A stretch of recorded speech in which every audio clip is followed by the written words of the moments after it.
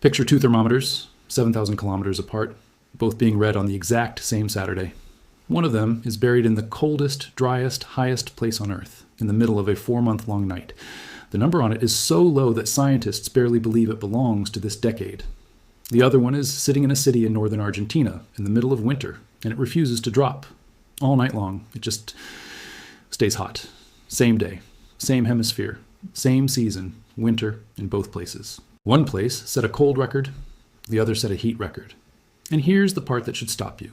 They were both caused by the exact same thing, not a coincidence, not two unrelated freak events.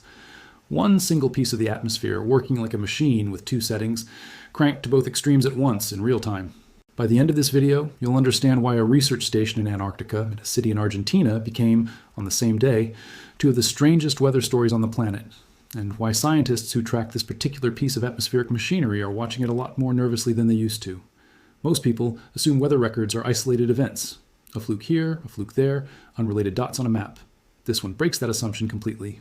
This is a case where two record books, on two different continents, were being written by the same pen at the same moment. Once you see how that pen works, you start noticing it everywhere in how our climate system actually operates, not as a collection of separate regional stories, but as one connected engine with parts that push and pull on each other across thousands of kilometers. Stick around, because the physics behind this connection is genuinely elegant, even though the trend line behind it is deeply unsettling. Let's start right where the cold was.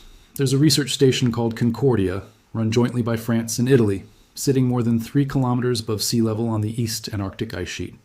It's about as far from the ocean, from warmth, and from human comfort as a permanently staffed research base can get. On July 18th, the thermometer at Concordia dropped to -84. On 1 degree Celsius, if you're more used to Fahrenheit, that's about -119. To put that in perspective, at -84, diesel fuel turns to jelly. Exposed skin can suffer frostbite in under a minute. Metal becomes brittle enough to snap. This is not very cold. This is a temperature that most of the planet has never touched, at any point in recorded history. It was the coldest air temperature recorded anywhere on Earth's surface since 2012. 14 years without anything colder. And then, on one Saturday in July, Concordia got there again, coming within about half a degree of its own all-time station record. So why does a spot like Concordia get this cold in the first place? 3 things line up at once. First, altitude. Concordia sits high up, more than 3 kilometers above sea level, where the air is thin. Thin air holds less heat. Second, dryness. The interior of Antarctica is one of the driest places on the planet, technically a desert. Dryness matters here because water vapor is the atmosphere's main insulating blanket. It's the gas that traps heat near the surface and stops it from escaping into space. Take the water vapor away, and the ground loses its blanket. Third, darkness. During the Antarctic winter, the sun doesn't rise at Concordia's latitude for around 4 months. 0 solar energy coming in, none. Every single day, the surface just keeps radiating its heat upward into space and gets nothing back to replace it. Stack those 3 factors together, thin air, dry air, 0 sunlight, and there's really only one thing standing between Concordia and a catastrophic freefall in temperature. Warmer air has to sneak in from somewhere else to top up the heat balance. On July 18th, none came. Something was sealing the room shut. It's worth pausing on just how close Concordia came to the all-time record.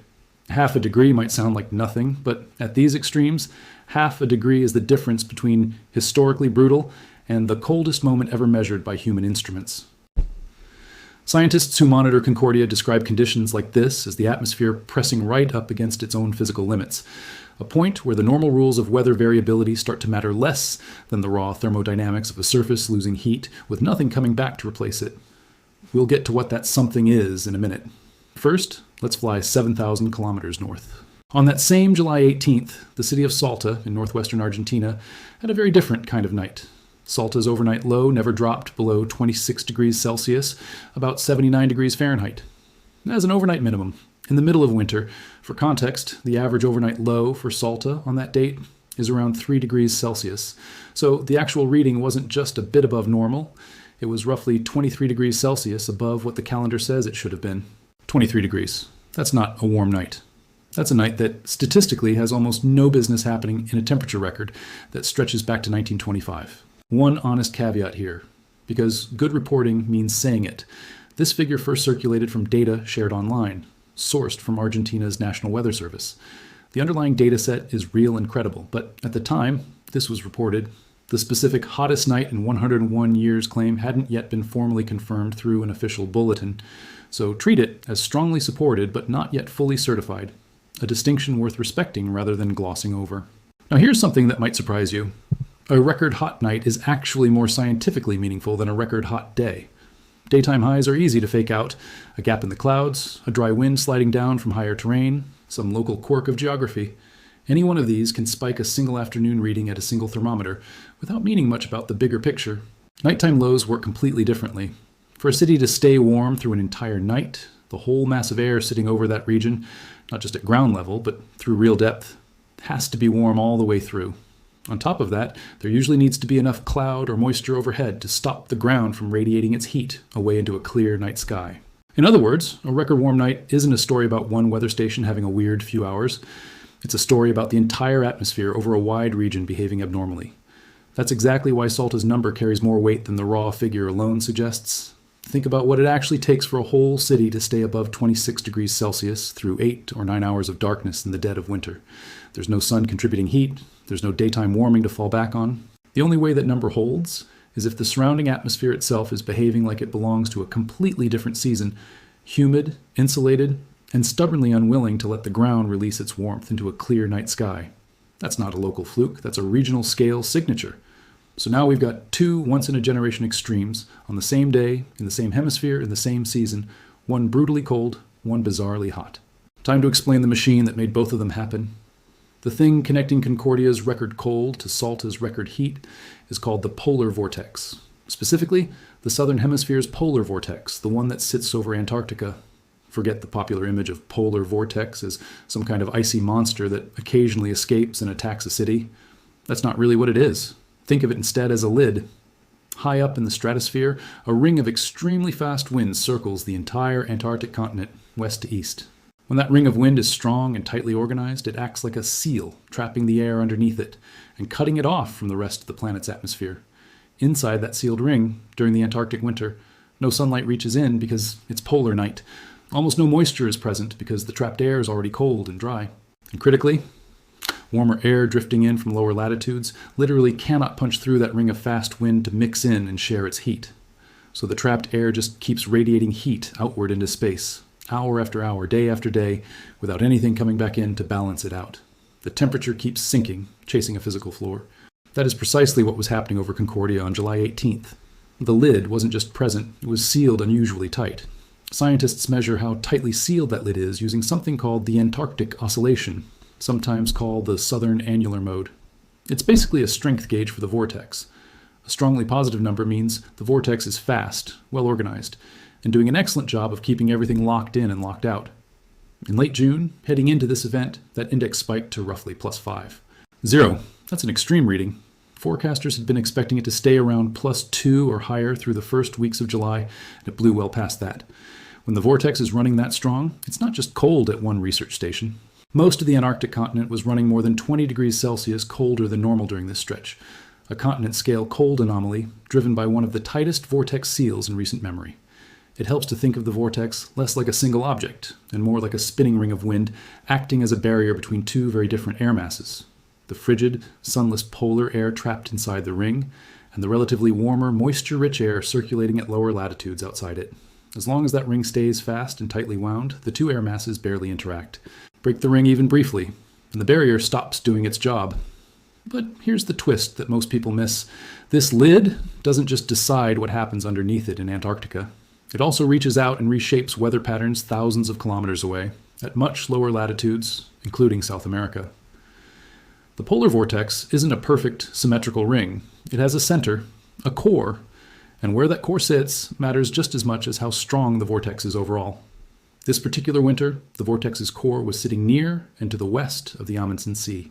And that specific position has a well-documented downstream effect on the atmosphere over South America.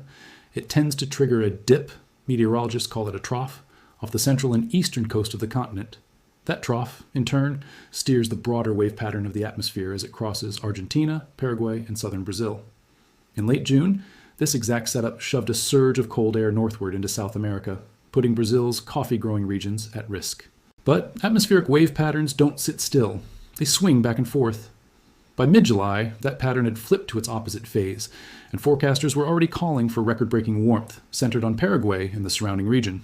Salta's absurd overnight low on July 18th landed right inside that warm phase swing. Now here's the important nuance, because it's easy to get this wrong. Cold air from Antarctica did not somehow travel north and mysteriously arrive as heat. That's not the mechanism at all.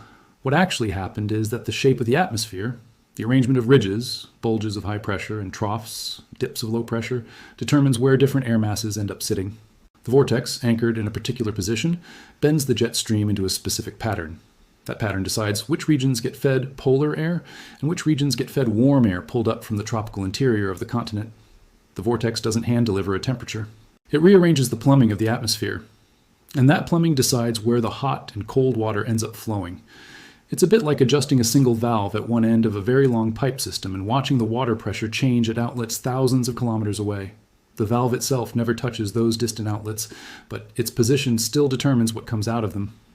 In mid-July, the plumbing over Argentina flipped to the warm setting. And because it was deep winter, with almost no sunlight to naturally cool things back down, that warm air just sat there overnight, undisturbed, and pushed the thermometer at Salta into territory it hadn't seen in 100 years. One machine, two completely opposite outputs. Same date. A lid clamped down so hard on Antarctica that it produced the coldest reading there in 14 years. While, at the very same moment, the shape of that same lid organized a wave pattern that delivered the hottest winter night in a century to subtropical South America. As soon as the Concordia number went public, a familiar claim started spreading. If Antarctica just hit its coldest temperature in years, doesn't that disprove global warming? Let's actually run the numbers because they say the opposite of what that claim assumes. The coldest temperature ever reliably measured anywhere on Earth's surface is minus 89. 2 degrees Celsius, recorded at Vostok Station in Antarctica, back on July 21st, 1983, 43 years before this event. Concordia's July 18th reading of minus 84. 1 was about 5, 1 degrees warmer than that all-time record. A cold reading that misses beating a 43-year-old benchmark by more than 5 degrees is not evidence that the planet is cooling. And coldest since 2012 is really a 14-year statement about a single station, sitting in total darkness, during one exceptionally strong vortex year. It's a local and temporal statement, not a global one. Zoom out to the bigger picture from that same year, and the contrast gets almost jarring. Over 100 countries set heat records. The world's oceans logged their hottest June ever measured. A European heat wave was linked to more than 10,000 excess deaths. And here's a number that really puts things in perspective. The full range between the hottest and coldest temperatures recorded anywhere on Earth this year spans about 136. 8 degrees Celsius. That's a wider spread than the entire distance between water freezing and water boiling. Our planet, in a single year, produced both ends of that spectrum, an ultra-rare deep freeze at one pole and blistering heat records almost everywhere else. So no, a record cold night at one remote station doesn't cancel out a warming planet. If anything, it's a reminder of how extreme and unstable the whole system has become, capable of producing record-breaking outcomes at both ends simultaneously. There's a broader lesson buried in this that's worth spelling out clearly, because it comes up every single time an unusually cold event makes headlines. A warming climate doesn't mean every location gets uniformly warmer on every single day. It means the overall energy in the system increases, and that extra energy has to go somewhere. Sometimes into record heat, sometimes into reshuffled wind patterns that briefly intensify cold in one specific spot, and sometimes into both at once, in 2 different places, on the very same day. Judging the health of the entire climate system by a single cold reading at a single station is a bit like judging the outcome of a card game by looking at only one card in a much larger hand. Which brings us to what happens when this same lid fails completely. Rewind 2 years to July and August of 2024. East Antarctica experienced the most intense winter heat wave ever recorded in the 46-year era of satellite monitoring. Across a region called Dronning Maudland, average surface air temperatures ran more than 9 degrees Celsius above the normal climate baseline, and they stayed that way for 17 straight days. At 2 specific research stations, Relay and Dome Fuji, temperature anomalies on August 5th hit a staggering 30 degrees Celsius above normal, both stations. Same day, 30 degrees above where they should have been in the dead of the Antarctic winter. What caused it? A pair of what's called sudden stratospheric warming events, arriving in early July 2024. The earliest such events ever recorded in the southern hemisphere since satellite monitoring began in 1979. 2 back-to-back warming pulses shot temperatures up in the mid-stratosphere and left the polar vortex weakened and knocked off center. Scientists traced the atmospheric wave energy behind those pulses back to two tropical sources: unusually active thunderstorm clusters east of Australia and wave trains rippling poleward from South America and the subtropical Atlantic. In other words, storms happening thousands of kilometers away, near the equator, pushed enough energy upward and southward to overwhelm the vortex and blow the lid clean off. And the continent that the intact vortex had been protecting as one of the coldest places on Earth suddenly ran 30 degrees above normal. A peer-reviewed study on this event, published in NPJ Climate and Atmospheric Science in April of this year, put hard numbers on how much human-caused warming contributed.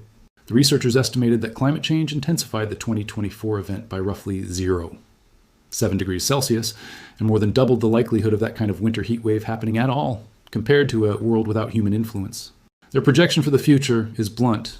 What used to be an event so rare it might happen once every few centuries under natural conditions has already become something closer to a once-a-century event today.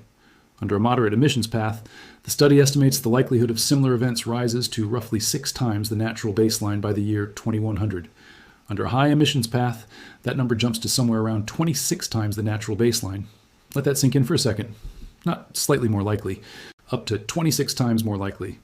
It's worth stepping back and appreciating how strange this makes the last 2 winters look side by side.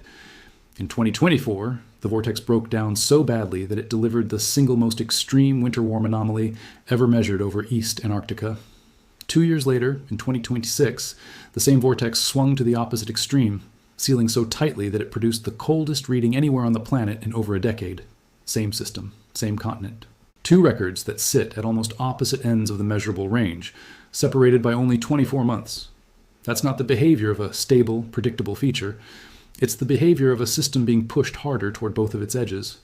While Concordia's cold record grabbed headlines, another Antarctic temperature record from this same winter got almost no attention. On June 6th, a station called Esperanza, at the very northern tip of the Antarctic Peninsula, recorded a winter maximum temperature of 4 degrees Celsius. Other stations nearby logged similarly extreme warmth for nearly 3 straight weeks. Daily high temperatures across the peninsula region stayed above freezing throughout the middle of Antarctic winter, a season when the surface is supposed to be gaining ice, not losing it. Midwinter melting was recorded at the base of the Collins Glacier. Patches of bare ground appeared. That last detail, bare ground, isn't just a striking image, it's mechanically important. Snow and ice reflect most of the sunlight that hits them straight back into space. Exposed rock and soil do the opposite. They absorb that solar energy, heat up, and then radiate that extra heat sideways into the surrounding snow and ice. Once a patch of bare ground opens up, it tends to spread, and it can spread faster than the original temperature anomaly alone would predict, because this reflectivity feedback loop kicks in and accelerates things. Compare that to what happened during the 2024 heat wave over the high interior plateau. Even during the most extreme anomalies there, remember, 30 degrees above normal at some stations, most surface temperatures stayed well below freezing. A 30-degree spike on the high interior ice sheet takes you from around -60 to around -30. Dramatic on a chart, not an actual melting event. On the Antarctic Peninsula this June, though, temperatures crossed 0 and stayed there for weeks. That's the real distinction between an alarming number on a graph and ice actually turning into water.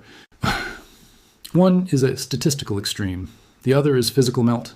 That distinction matters enormously for anyone trying to understand what Antarctica's future actually looks like.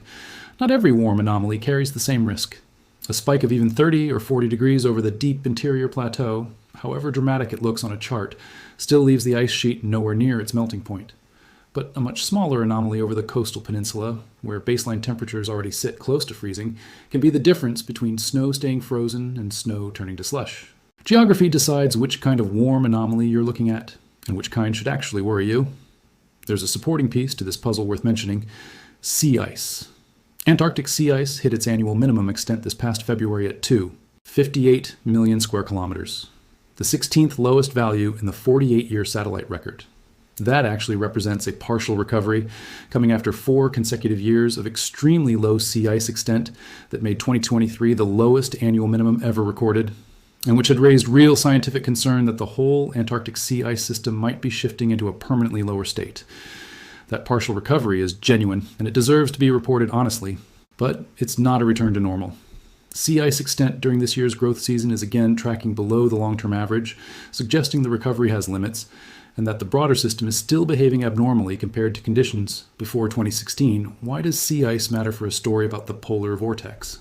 Because sea ice extent affects the temperature gradient between the polar region and the mid-latitude Southern Ocean. And that gradient is one of the key ingredients that determines how strong or weak the vortex is.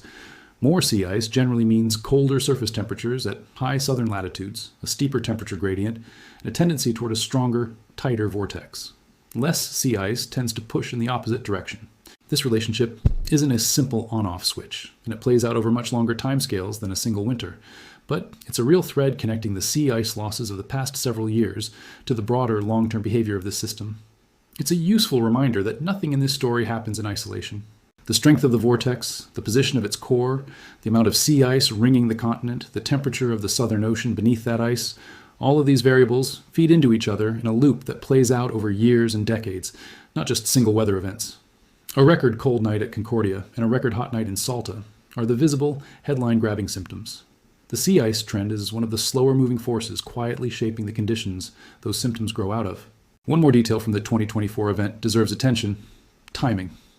The sudden stratospheric warming events that broke the vortex in July 2024 arrived earlier in the Antarctic winter season than any such event ever recorded in the Southern Hemisphere. These events are already rare in the South. The Southern Hemisphere has far less land area and fewer major mountain ranges than the North, and those geographic features are usually what generates the kind of large-scale atmospheric wave energy needed to trigger a stratospheric warming event. When they do happen, they normally show up in late winter or early spring once the vortex has already started to naturally weaken. The 2024 events broke that pattern completely, striking in the dead middle of winter, while the vortex should have been at its seasonal strongest.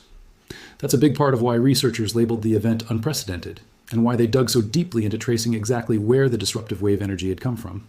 What they found, tropical thunderstorm activity near Australia, plus wave trains from South America and the Atlantic, represents what scientists call a teleconnection, a real physical link between weather happening in one part of the globe and dramatic atmospheric consequences happening somewhere else entirely, thousands of kilometers away. It's an active area of ongoing research, because better understanding of these links could eventually improve forecasts of exactly when the vortex is likely to break down, and because tropical convection patterns are themselves sensitive to ocean temperatures, which ties this whole story back, once again, to a warming planet. Think about what that really implies. A cluster of unusually strong thunderstorms forming east of Australia, or a burst of stormy weather rippling off the coast of South America, can end up nudging the temperature of the entire Antarctic interior weeks later. These events don't stay local. Energy generated near the equator travels upward into the stratosphere and outward toward the pole, and by the time it arrives, it can be strong enough to knock one of the most stable wind patterns on the planet off balance. That's the kind of long-distance cause and effect relationship that makes modern climate science genuinely difficult and genuinely fascinating. Here's the big picture takeaway. The Antarctic Oscillation isn't just some obscure number that matters to a handful of polar researchers. It's an index for a circulation system whose effects reach into the subtropics of the entire hemisphere, and whose behavior is shaped by weather and ocean conditions across the whole southern half of the planet. A reading of +5 has consequences for Argentine agriculture, for southern ocean fisheries, for how often extreme heat events strike southern South America, for how much heat and moisture eventually gets funneled toward the Antarctic ice sheet itself. What July 18th showed us is a system running at full intensity on both of its extremes at once, a frozen pole and a sweltering subtropics, powered by one of the strongest vortex states measured in recent history. And what the 2024 study showed us is the flip side. What happens when that same system fails, when the lid comes off the coldest continent on Earth at exactly the wrong moment? So here's where this leaves us, and it's the question that should genuinely keep scientists up at night. We now know this single atmospheric structure is capable of producing the coldest air temperature measured on the planet in 14 years, and the largest winter warm anomalies ever measured over the Antarctic continent within the same 24-month stretch. Both outputs came from the same machine, just tuned to opposite settings. The interior plateau, where Concordia sits, and where the 2024 heat wave hit hardest, sits at high altitude, far from the ocean. Even its most extreme warm anomalies stay safely below the melting point. Dramatic numbers on paper, but not actual ice loss. The real question is what happens the next time a breakdown of that same intensity, or worse, positions itself not over the high, protected interior, but over the coastal ice shelves, the ones sitting in direct contact with an already warming Southern Ocean. That ice isn't operating with the same safety margin. It doesn't have 60 degrees of buffer before it starts to melt. And, according to the researchers who modeled this, events capable of testing that margin are becoming significantly more probable with every decade that emissions continue to rise. We just watched the same machine hit both of its extremes on a single Saturday. The next question is what it does when it stops behaving like a machine with two settings and starts behaving like one with only one direction left to go. For now, both extremes still exist side by side. A frozen interior that can still swing back to record cold, and a coastal fringe that's already showing signs of a system under real strain. Whether that balance holds, or whether it keeps tilting further toward the outcomes that matter most for global sea levels, is likely to be one of the defining climate questions of the next few decades. It's a question with no easy answer yet, and one that deserves far more attention than a single viral cold snap or single viral heat record ever gets on its own. If you want to keep tracking this story, the Antarctic Oscillation data updates continuously and is publicly available online, updated on a rolling basis. As this austral winter continues to unfold, any major shift in the vortex in either direction, toward another record seal or another sudden breakdown, is worth watching closely, and it's exactly the kind of development this channel will keep covering.